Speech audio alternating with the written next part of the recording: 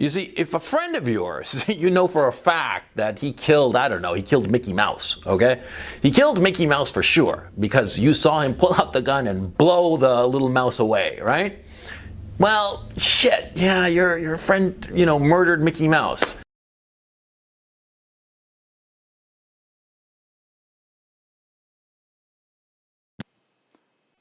Good evening, ladies and gentlemen. Hope you're having a beautiful night. What you just heard was some brilliant wisdom from Coach Red Pill, telling us about the dangers of your friends possibly murdering fictional cartoon characters that presumably don't exist. But maybe we're just not red-pilled enough to see them, you know?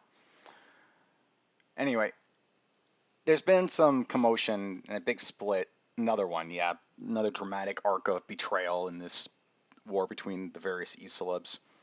In this case, on the more blood sportsy or ex-blood sports side of things, Coach Red Pill decided to go full Spurg, and he had an issue with Andy. Now, this is some of the dumbest shit I've heard from an e-celeb in a while, particularly in Coach's case, because, well, let's just go to the beginning of this video, and you'll start to see why. I broke off a relationship I had with a guy, a friend of mine. Who does this? Seriously, like, who would go through an issue with someone they know, a buddy of theirs, and then open up a YouTube video about it, made with these state-of-the-art cameras, and just come out online and go ahead and say, "Oh, I had broken up a relationship with this guy I know." I mean, maybe there's some fags that have done that for sure, but I don't know if any normal, sane, heterosexual person that goes about doing this. So, in Coach's case, like, he's going to go on to explain a bunch of bullshit, which we'll get to that. Let's just play some more of this. Or let me rephrase it, a guy I thought was a friend of mine. I cut off all ties to the man, and I do not only wish to ever speak to him again. And there's a reason for it.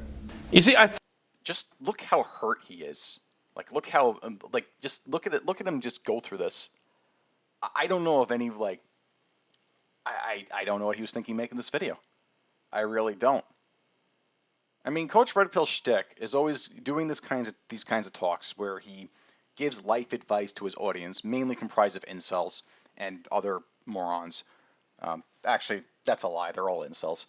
And he tells them, "Oh, this is how you get a woman. This is how you live your life, and this is how you know how to deal with things. This is how you stay cool and hip and able to be socially savvy."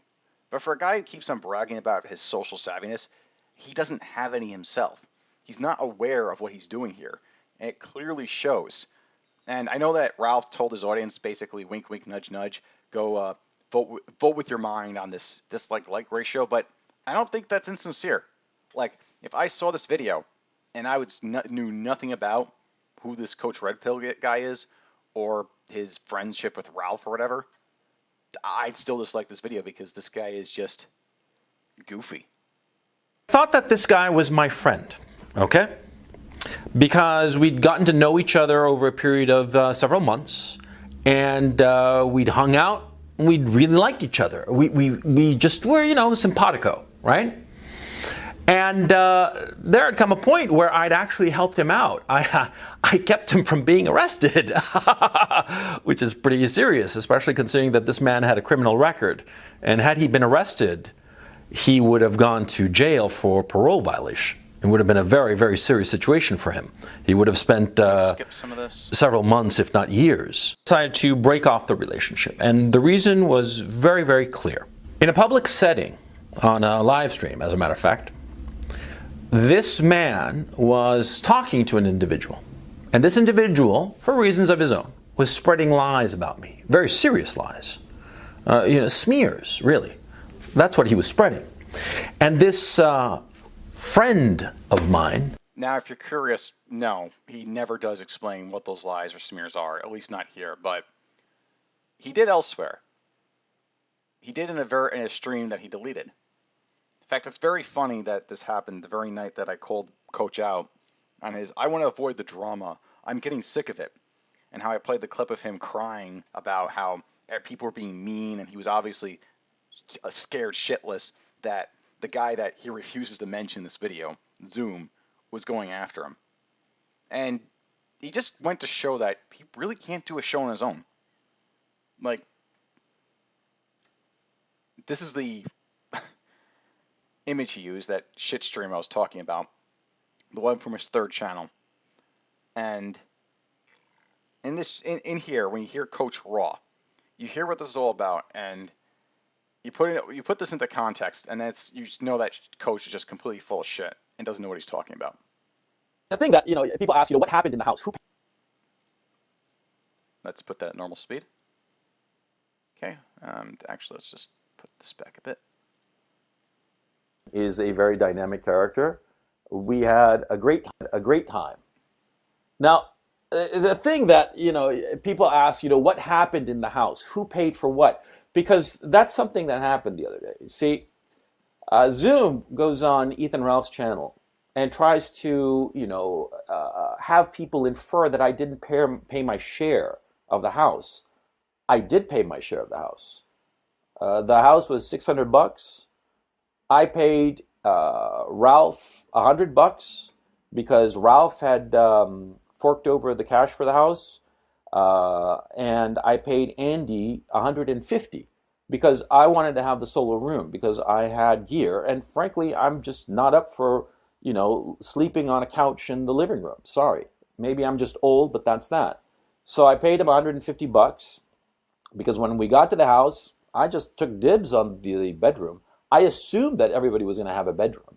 But you show up and there's only 2 bedrooms. The larger one, Ethan was already there. And the smaller one, I got dibs on it. And, Andy throws a hissy fit. And I'm like, fuck off. I'm sleeping here and that's that. And he chilled out like a good little puppy, I also like to comment. I like how he refers to Andy as basically as being his little bitch. Andy and Ralph split this initially 50-50, and they invited Coach and Dick as guests. And he's complaining that, and Andy's right, like, Andy's correct in this. Like, there's no reason for Coach to have that room. What? Because he called dibs? Where the conversation should have ended with Worski pointing out that, hey, I'm paying for half of this. You're not paying a dime. And yeah, Ralph gets a room, Andy gets a room. Sounds fair to me. And if you don't like sleeping on the floor, you should have worked it out before you agreed to go there. Like, maybe you could have rented a hotel, or just said, no, I don't feel like going if I'm not going to have my own room, etc. But you didn't.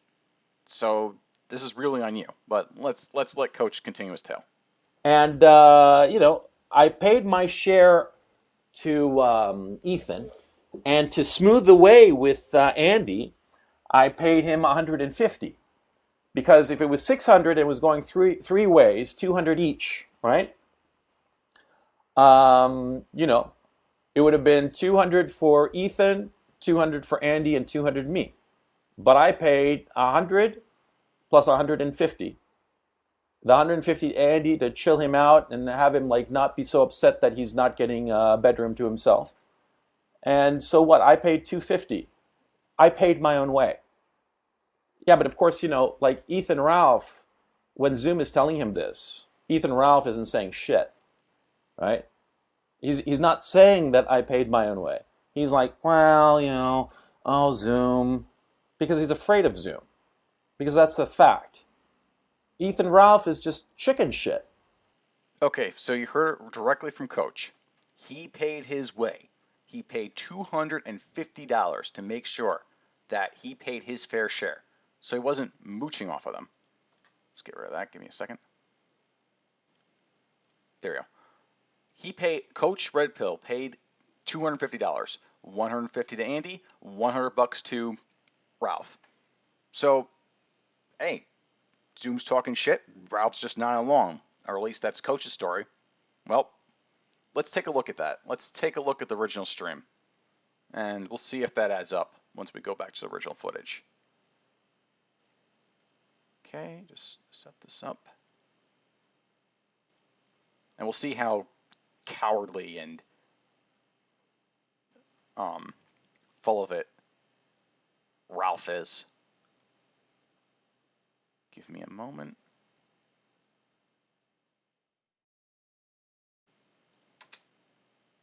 I had to put this out here. Now, I talked to Andy Hang on.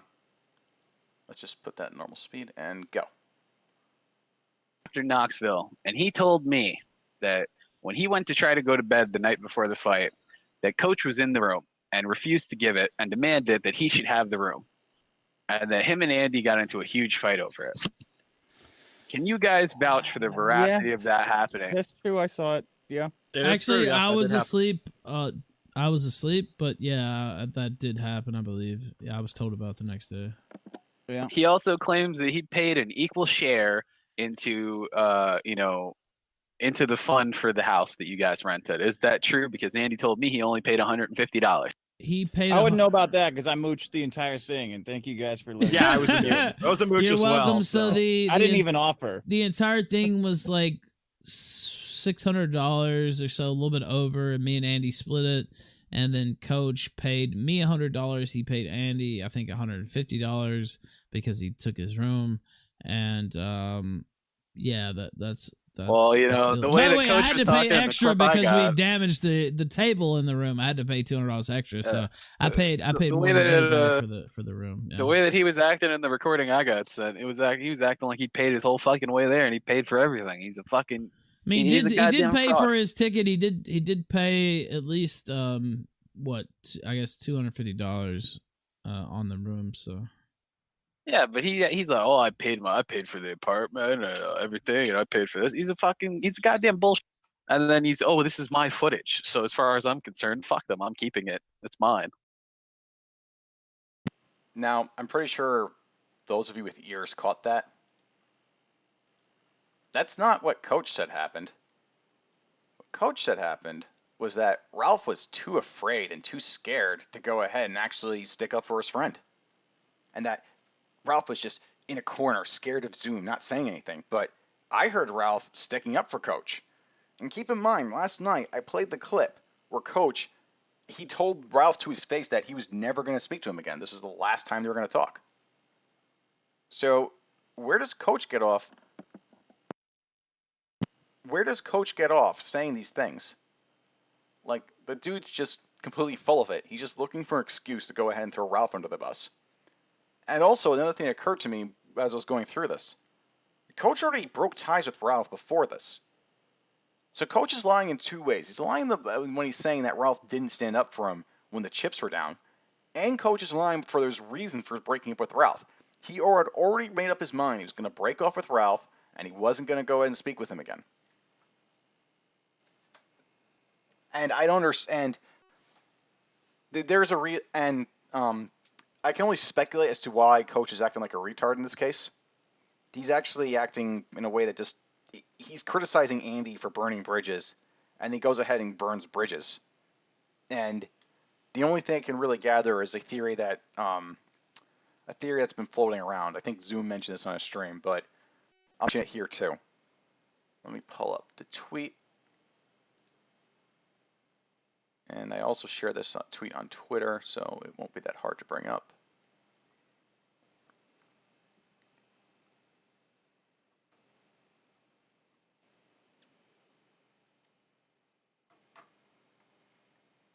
Here we go.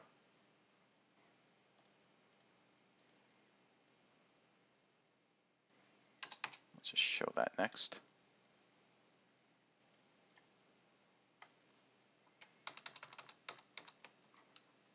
This is JF, the rapist, the guy who likes to prey on autistic women and put them under his thumb so he can put babies inside of them for whatever ungodly reason he has in mind. As indicated previously, there will be no TPS tonight.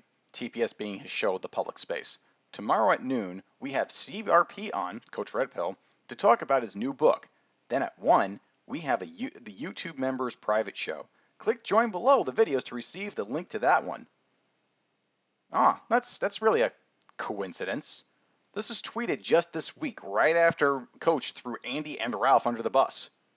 And JF has had beef with Andy. And it should also be mentioned that Ralph has been not so subtly throwing barbs at JF over his latest autistic girlfriend. So the theory goes that JF and had Coach Red Pill attack both Andy and Ralph in order to get on JF's good side, so that they could help promote each other's books.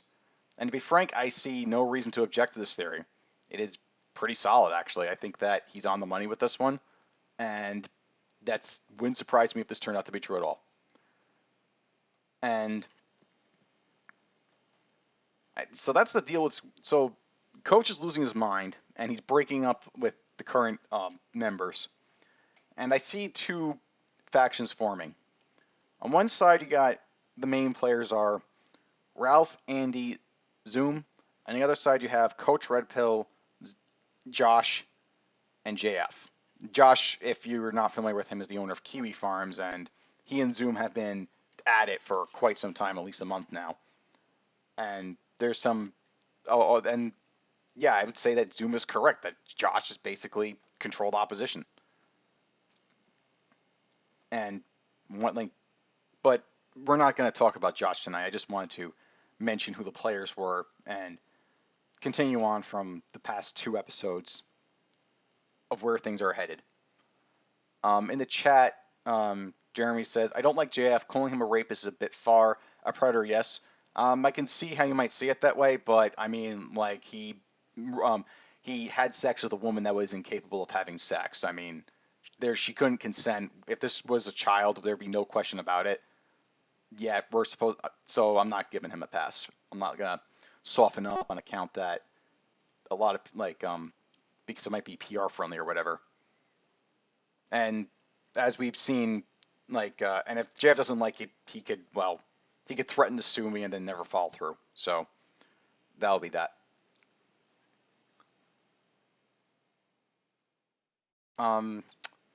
Actually, let's listen, before we move on to the next topic, let's listen to a little bit more of this Coach Red Pill. Because he did mention another issue of the money being divvied up for the next project. So let me press play on that. Switch scenes here. And, make a big bang, just like the Knoxville thing had happened. The Knoxville thing happened by accident, but this would have been like a deliberate move, right? Okay. So, how'd it go? Oh, yeah, we started talking about percentages. He didn't say fucking shit about them. Okay, I'll give you another example. Here we go. See, like when we got back from Knoxville, there's this whole thing of like, let's whatchamacallit, do another one. Do another Knoxville. And out of the blue, Andy calls me, okay? He sends like a bunch of Discord messages. He wants to call me and talk to me and fine. Okay, fine. And we talk, okay? He goes on and on about Shaban for the first 10 minutes or whatever, right? And then he's like, he's saying, let's do another. Knoxville was so cool and blah, blah, blah. Now, this is before it was decided later between Ethan and Andy to go to, Miami, okay? So they're like, let's do something, blah, blah, blah. Sure, that sounds great. I'm down with it, blah, blah. So that was a preliminary conversation with Andy, and I do believe, I forget, frankly, if Ethan hopped onto that call later or we had a second call, the 3 of us. Be that as it may. The 3 of us are talking, and we start talking percentages, okay? Now, the goal was to do this like every 3 months and to do like a multimedia package, like streaming, videos, on multiple channels, sort of like a group effort to pool our audiences and, make a big bang, just like the Knoxville thing had happened. The Knoxville thing happened by accident, but this would have been like a deliberate move, right? Okay. So, how'd it go? Oh, yeah, we started talking about percentages. And so Andy says that he wants it to be 25. All right, I'm not familiar with the details of this one, so I'm actually not going to comment, except I will say that, Coach runs an even more pathetic stream than mine, so, he really, sometimes I think I'm bad at telling a story. Boy, that one just put me right to sleep. All right. Yeah, so Coach is losing his mind, and he's basically not in a position to like, and I don't see what he's really going to get out of it. At the end of this, I think that Coach is going to fall and pop. Like, I mean, Ralph commented on this in his last video, or his last stream rather, and he said that Coach wasn't going to take a hit, that it was all going to be okay, and I'm not seeing that being the case. I see Coach honestly ending up losing as a result of this move, and even Ralph himself like was making fun of him on Twitter by pointing out that he had, what was it? His own comments section was just ripping him to shreds. Take a look at this here.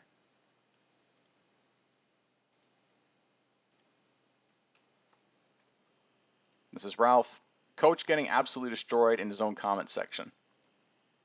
So we all know you're talking about Ethan not correcting Zoom. Is that what this is? That is the correction you desire? Have you even contacted him about this on background? Or is your communication with Ethan to be done in public, or when you jumped on the kill stream and were totally vacuous and clearly caught Ethan by surprise saying, oh, by the way, this is the last time I'm still talking to you. Is that what you believe is the best method of handling this? Speaking of cowards, this is the truly cowardly way of handling it. Not talking to the person, instead whining about it in a public video. How completely disappointing. You act like a woman, Coach. Either you talk directly to Ralph or you cut ties and shut up. You don't cut ties and then gossip and talk smack behind the person's back. That's what women do. And this guy's right. This is completely cowardly and stupid of him. Like, he should either pick one of the two options you said, because frankly, Coach can choose to associate with whoever he wants. He doesn't have to associate with Ralph or continue being friends with him for whatever reason. But being like a total bitch about it, like, that's just faggy. Let's read a couple more of these. I bet I was responsible for Ralph going to jail as you are for preventing it. And that's another good point too, because Coach was going on about how he had to save Ralph, and Ralph would have ended up in a fight with a bunch of hooligans back in Knoxville if it weren't for him stopping him from going, and there was a police officer on the other side of the street. Well, frankly, I can only take so much of Coach Red Pill's stories because he openly lied about Zoom and Ethan right there in the stream. Like, I'm not, like, it's hard to take his account on anything seriously, especially in these affairs. You sound like a whiny ex-girlfriend at this all over money. And to think that you burned all these bridges for nothing. Okay, so this one's pretty faggy. Like, I mean, all hail the Ralph Mel. But, senpai, please notice me aside. Yeah, like, the general sentiment is very negatively against Coach. And, yeah, like I said on Twitter, he really didn't think this one through.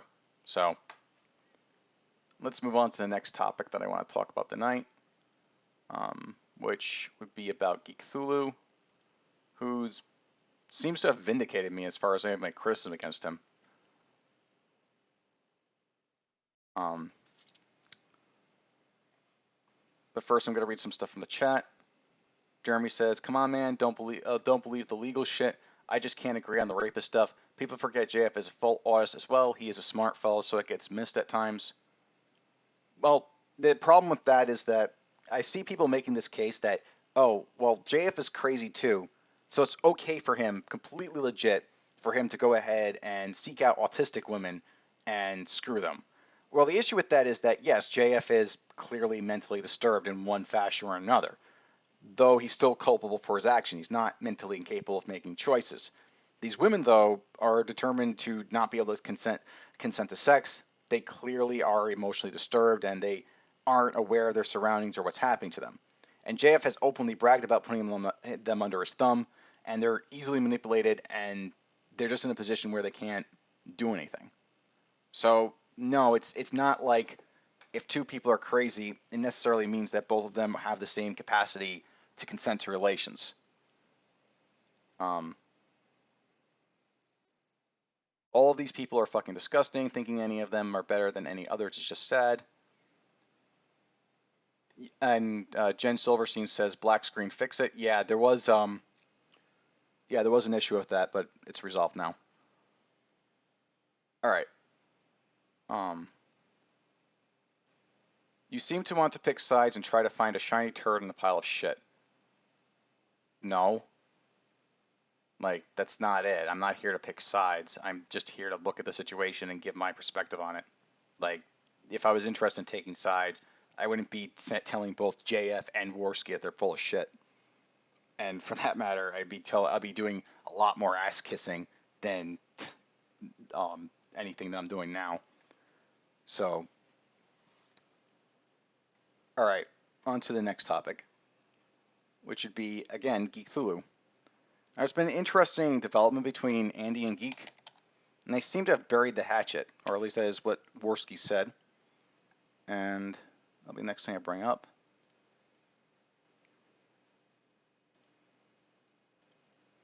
So Andy says this on Twitter, which I find curious, and we'll get to why in a moment. I spoke with Geek. We buried the hatchet. I was quick to block him when I was freaking out, and I said sorry, and he apologized for leaking the DMs of me, being upset. No point in having enemies when you can put your shoulders up like a man and admit when you are wrong. Well, that seems rather amicable, but as you recall, Geek seemed to have really laid into me for, criticizing him. Just going to mentions here. As I recall, he was lecturing me about how I shouldn't be commenting on this because I didn't know enough. I was being disingenuous. Like, here's... And I read all these last night, so I'm not going to read them again, but I'll just slowly scroll over it so that way... Or I can just do this, and then you can read the whole thing if you like. So, I have to ask Geekthuluh in case he's listening. Where's my apology? It seems I was correct about the whole thing. I was right about you being a dick and going ahead and leaking those DMs, which caused Andy even more grief, despite you supposedly being his friend. And I was also right about Andy that he shouldn't have blocked you in the first place. And here you are, admitting to each other that you were both wrong and making up. So, next time, I don't know, Geek, maybe you shouldn't start talking shit, otherwise you look kind of semi-retarded later on. I just wanted to briefly mention that.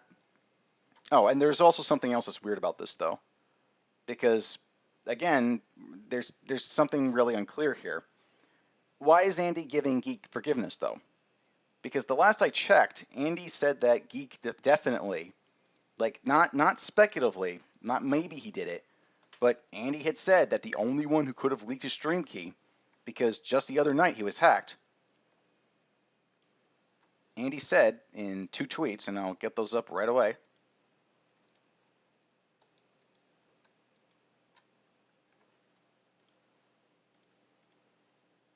Andy said here, Geek was the only one who had my stream key, and now I see this.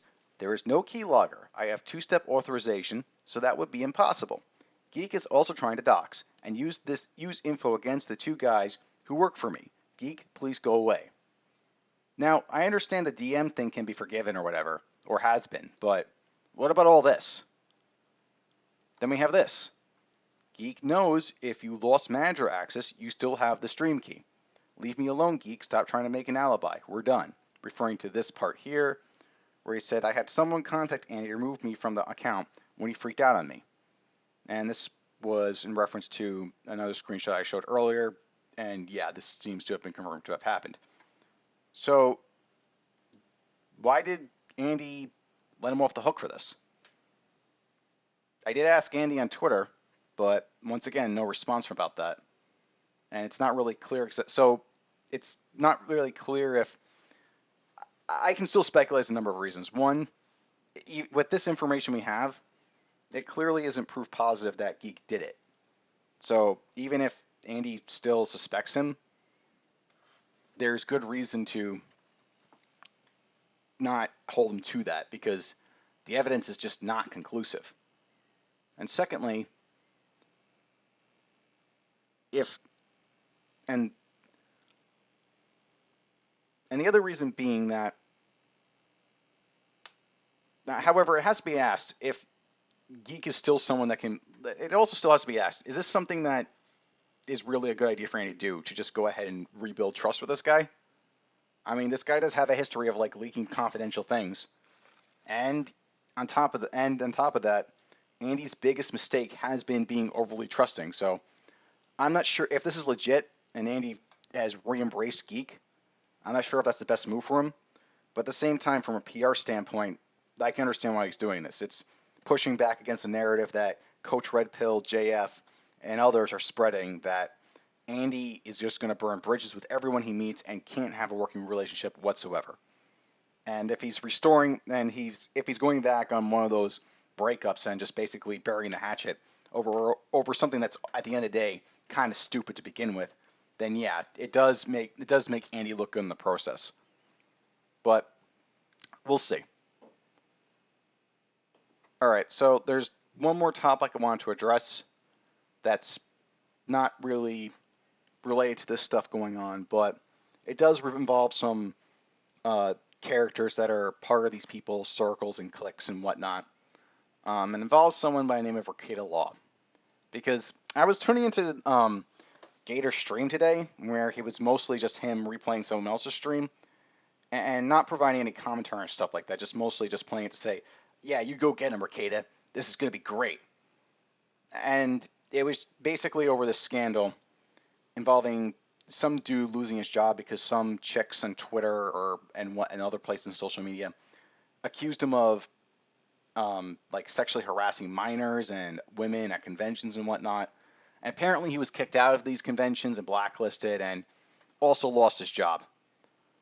Which sounds unfortunate, which is unfortunate, don't get me wrong, but where are these things that constitutes as a reason for, but they're saying this constitutes as a lawsuit. And all I'm hearing from this is just Gamergate with an anime spin on it. And I don't get why someone like Gator can go like, yeah, Gamergate was totally retarded in one breath, and the next breath go, oh yeah, this thing that's exactly like the thing that I said was retarded. This is legit. This is the real thing that's going to change everything. And Gator, and I actually questioned Gator on this, and he responded with, well, actually, guys, it's different because they're taking action with lawsuits. Where, if you guys remember anything about lawsuits, you should know that Gamergate did have its fair share of threats of lawsuits. People were threatening to sue over boycotts from SJWs, or defamation, or libel, and most of them never came to fruition. But one of them was actually filed. It was involving the Money Badgers, or, by their actual name, the Honey Badgers. I just like to call them the Honey Badgers because they're begging for more money than a hooker in need of crack. Like, they got kicked out of Calgary Expo because they had the bright idea of waving Gamergate banners everywhere and going ahead and having someone dress up as a Vivian James at that convention that they knew going in was run by liberals who hated all that, and they went to a panel and they asked about MRA stuff. And while, maybe MRAs aren't absolutely wrong in every single issue they actually fight for, A, they are wrong about a lot of them, and B, more importantly, they do attract a lot of crazies and weirdos, which has given their group a lot of a bad reputation. So naturally, if you're going to a place full of feminists, the sworn mortal enemy of the MRA, then yeah, they're going to be tooth and nail fighting. They're not going to exactly be welcome there. So like, the Calgary Expo got a bunch of complaints, and they kicked the Honey Badgers out. So what happened? Well, they decided to sue them, and the Mary Sue, even though this doesn't, don't ask, now, how could they sue the Mary Sue and Calgary Expo at the same time? I have no idea. Like, one's based in New York, one's based in Canada. The Mary Sue just report on these events, and I have no idea. But let's just focus on the potential part of the lawsuit. Now, they had a bright idea of hiring a disbarred lawyer to represent them. I wish I was making this up, but they hired this guy, and he presented the case, and apparently, I should bring up the article that they wrote, because they tried to bury this, but I found it, and I think I'll be going into more depth about this on a later point.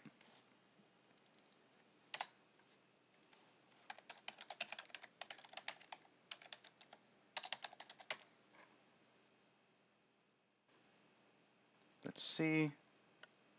I had this up today.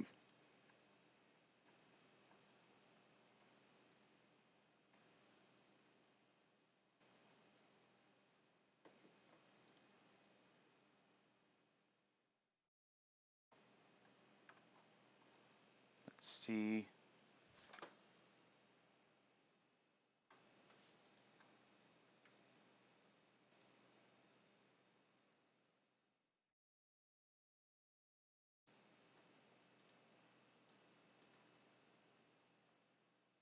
All right, here we go.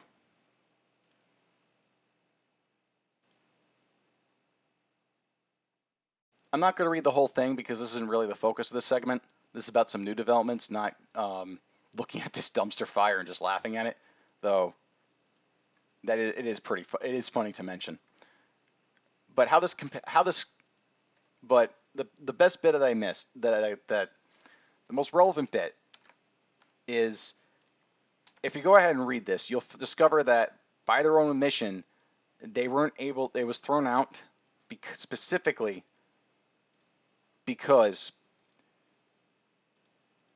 they couldn't. They signed part of the agreement says they could be thrown out for whatever reason at all.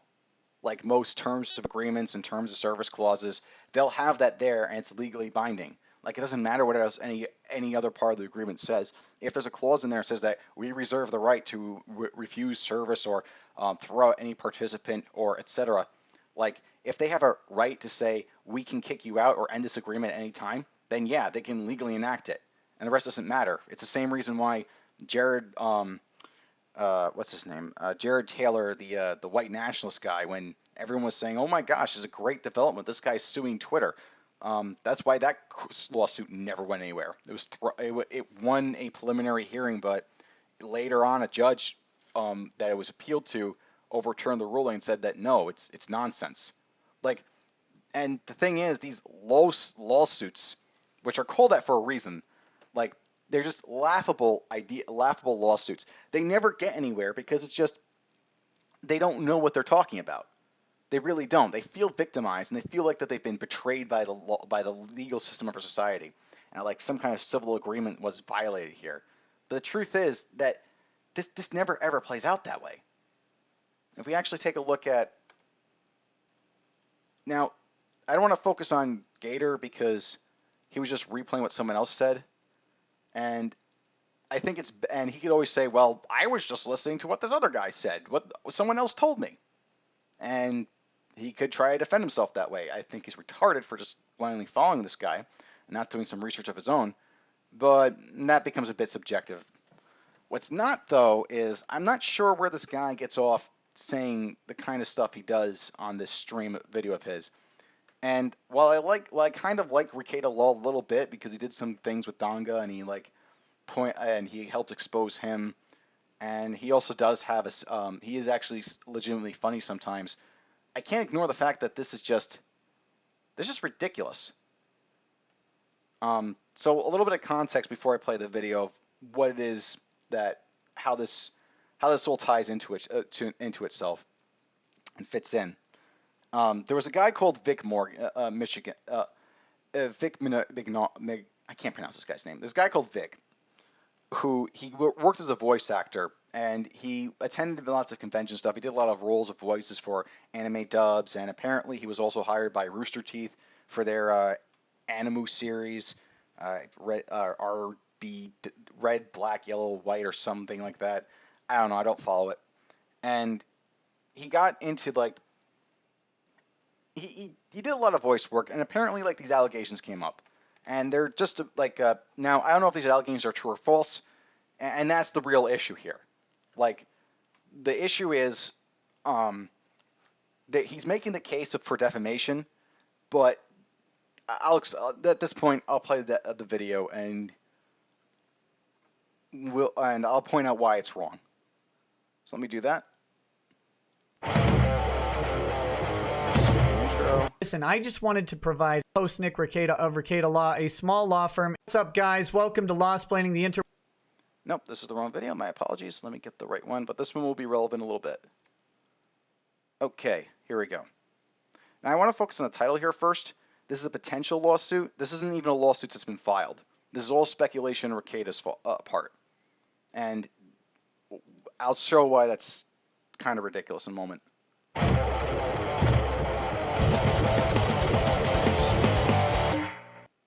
Hey, what's up, guys? Welcome to Lawsplaining the Interwebs. I'm your host, Nick Rekieta of Rekieta Law, a small law firm in central Minnesota.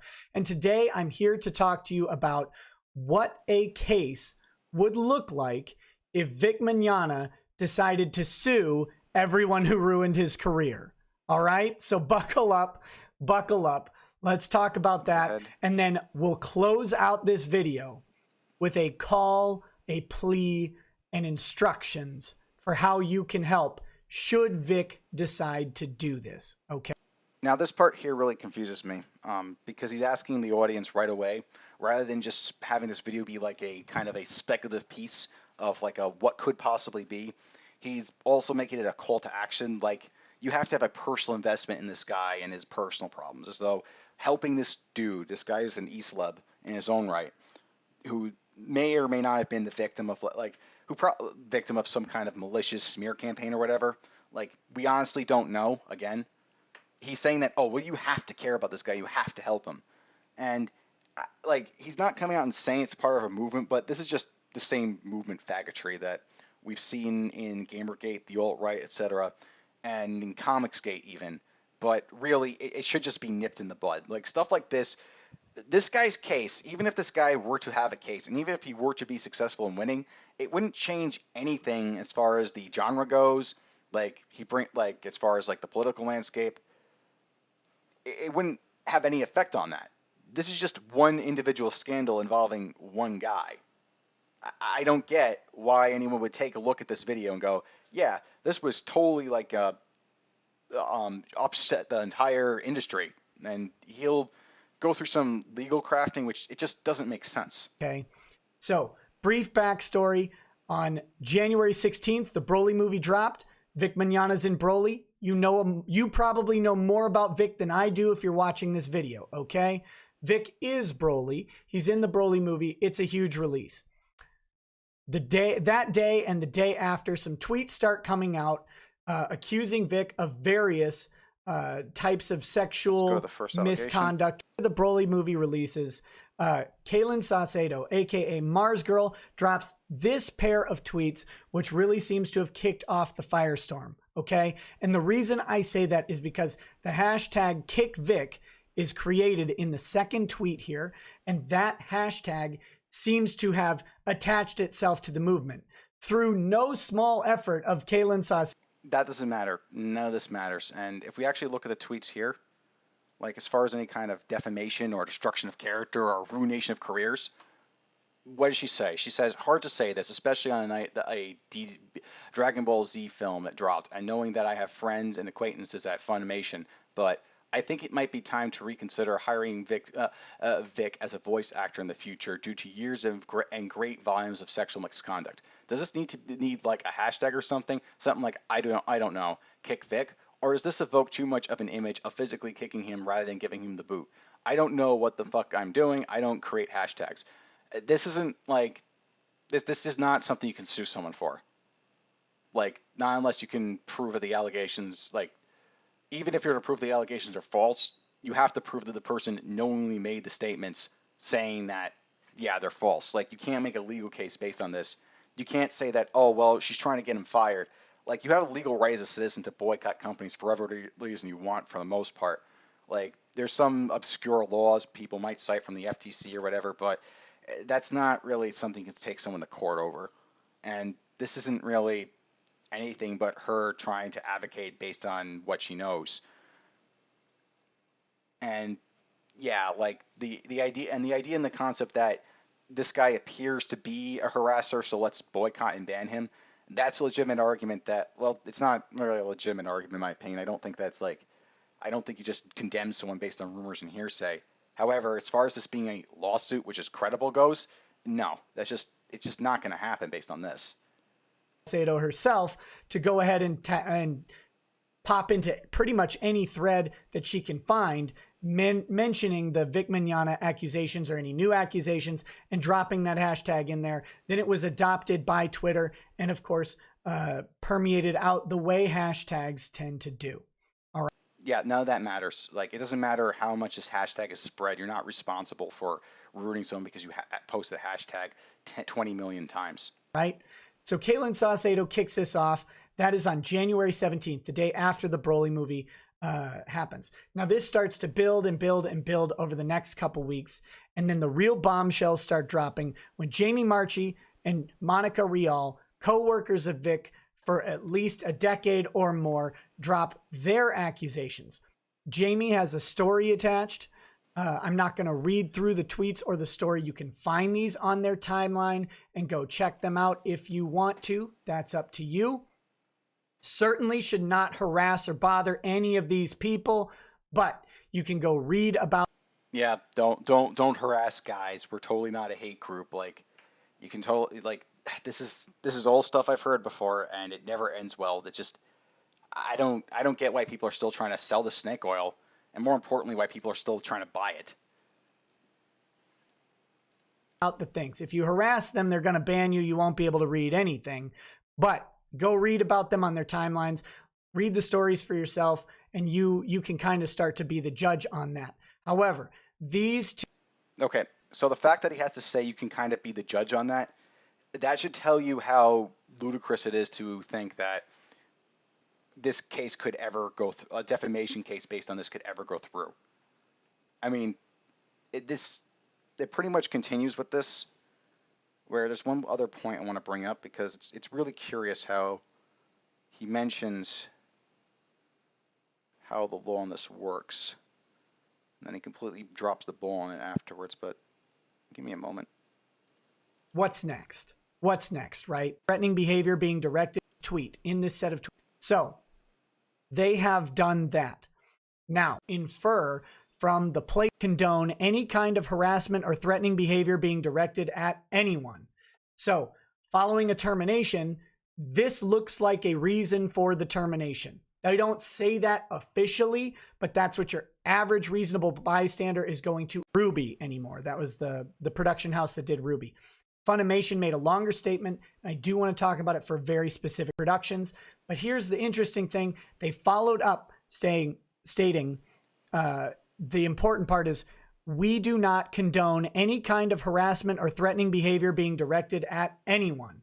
So following a termination, this looks like a reason for the termination. They don't say that officially, but that's what your average reasonable bystander is going to infer from the placement of it in this tweet, in this set of tweets. It's a very strange thing for a company to do, to provide publicly a reason for termination. So, no, it isn't. We've seen companies do this all the time. Like, he's talking this really weird legalese type stuff that just doesn't make any sense. I mean, companies for the most part, I mean, there are some exceptions, but like discrimination against protected groups and stuff like that, and where the companies can pretty much fire you or hire you, keep you around for whatever you want. And as far as legitimate reasons go, like, if you are a public relations nightmare, like, then yeah, you're going to be let go.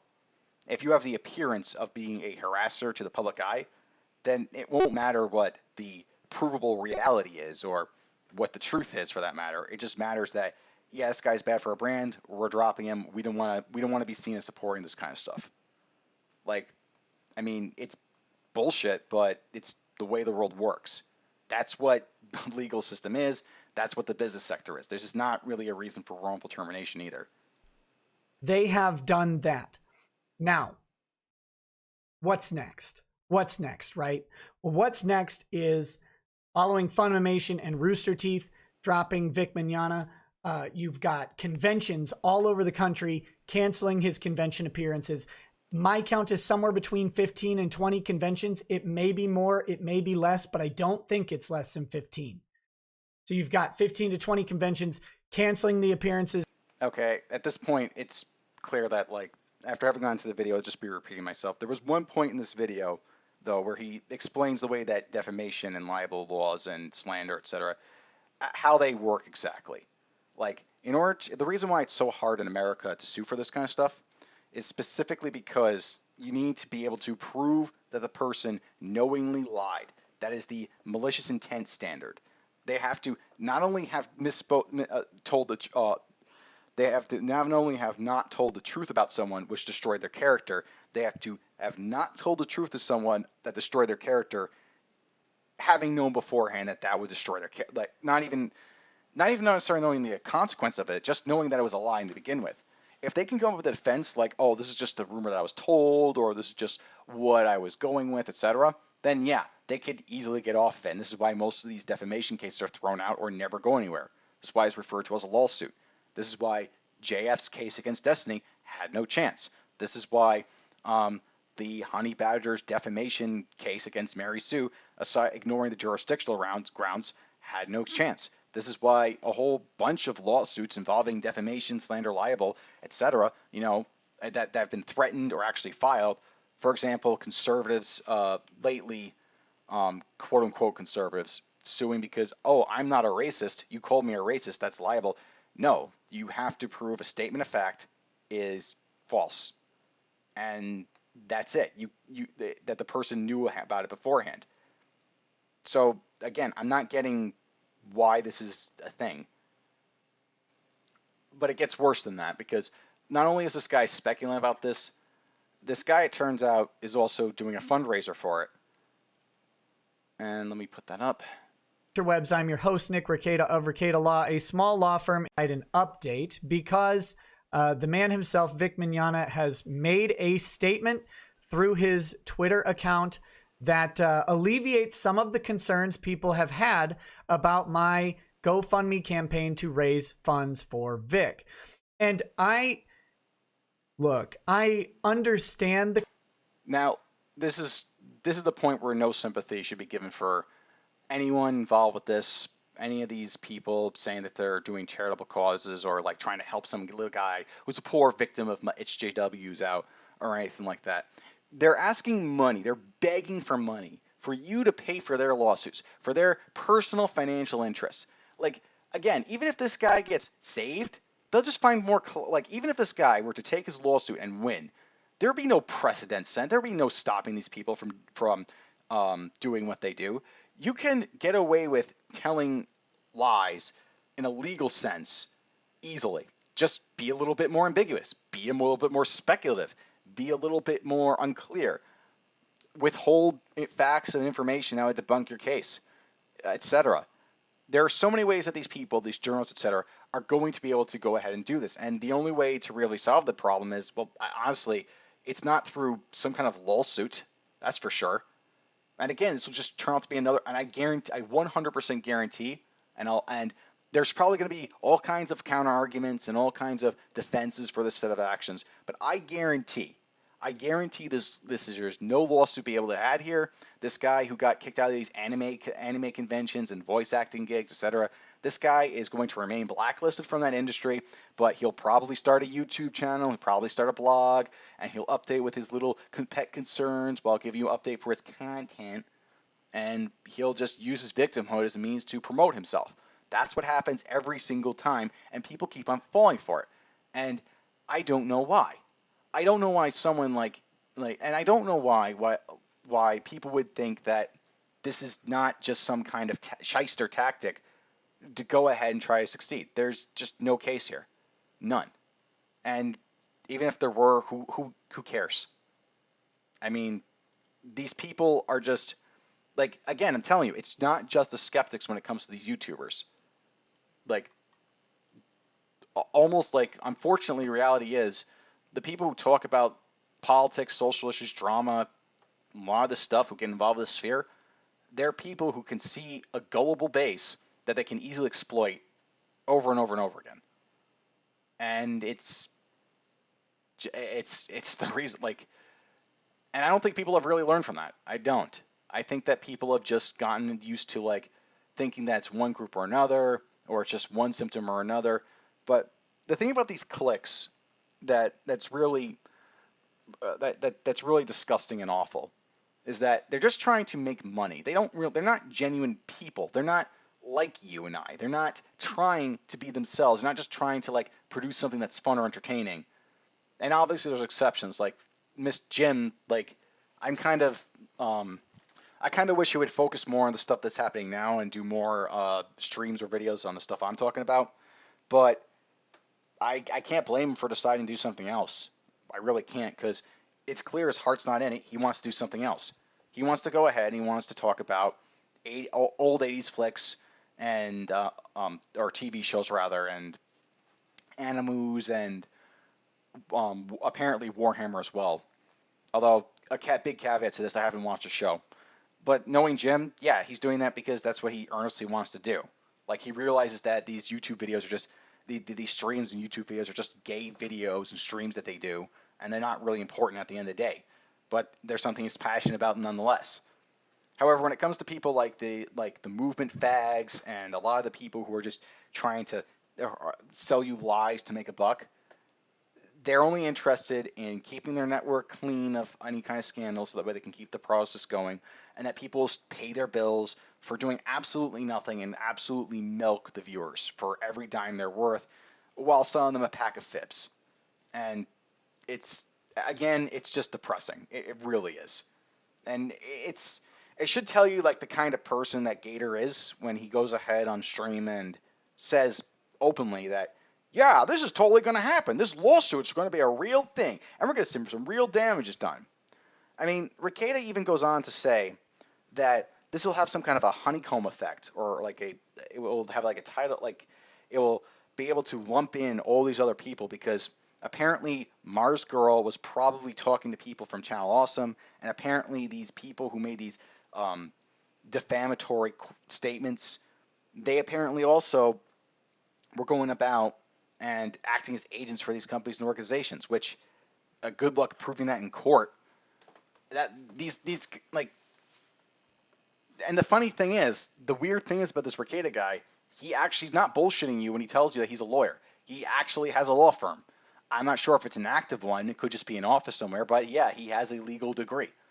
So I don't know why he's just like, so all I can really say is that this guy he has to be just making up yarns that are just, maybe they're in some legal sense theoretically possible, but realistically they're never ever going to come into fruition. These cases don't come into fruition. These things don't resolve issues. They just don't work. They're called lawsuits for a reason. And honestly, I hope more people just push back against it. I hope people say, no, fuck you. We don't care about you and your and the problems you're dealing with being this alleged creepy molester at these conventions. And there's also this other possibility. There's also the possibility that this guy, which I'm not going to say is innocent, I'm going to say is guilty, but there's also a possibility that the accusers coming forward and making us think about this, maybe they're telling the truth. Maybe this guy is a creepy weirdo, and maybe he is harassing these women at these conventions, and people are going to bat for this guy because, we have to presume innocence, and we have to, like, get directly involved. Like, I mean, maybe we should just go with the idea that innocent until proven guilty. I don't know, but does that mean that you have to put your money down on that? Does that mean you have to put your time and effort into getting this guy a whole bunch of resources to help build his case to sue people?